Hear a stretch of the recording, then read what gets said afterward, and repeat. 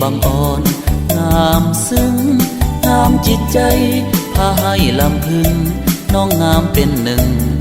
บ่มีสองสายน้ำใจเปรียบดังสายของเมื่อยามน้ำขึ้นไหลนองไอมอบให้น้องเทิมล้นอุลาลาวันโสภาดังหนึ่งดาราเสกสรรได้มาพบหลวงพ่อผูกพันด้วยใจหักมันเสน่หาเป็นไข้ใจเฝ้าคอยหมอจาสวนมอนสาวจงเมตตาจงเวทนาอย่าด่วนนายนี้กินหลับนอนหรือเดินลุกนั่งดังมีมนต์ขังเสน่ห์น้องนางฟังไม่ลือดีแม้นหากวันใดน้องสิ้นปราณีในศาสตร์นี้คงเศร้าโศกีสิมีมนต์มองสาวงามสวนมนเจ้าอย่าแสนงอนเลยนาง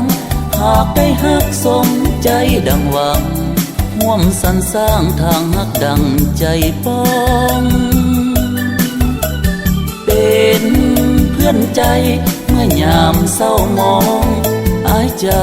ฮักเดียวแต่น้องหนึ่งบ่มีสองสวนมอนนี้เอ่ย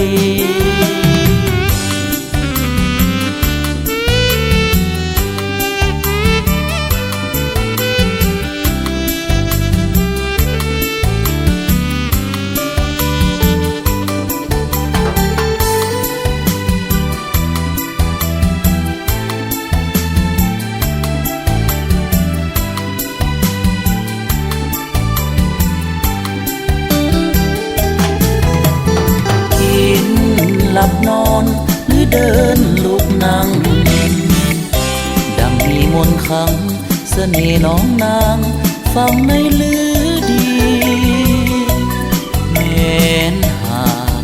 วันใดน้องสิ้นปราณีในศาสตร์นี้คงเศร้าโศกีสิมีมนต์มอง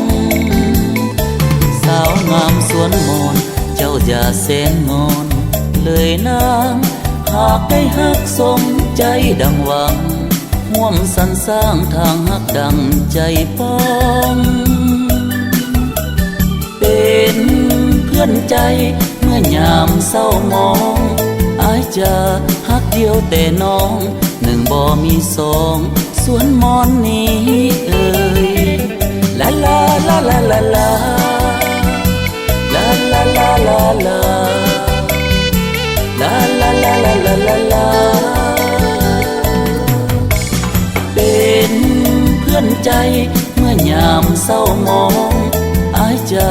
ฮักเดียวแต่น้องหนึ่งบ่มีสองสวนมอนนี้เอ่ย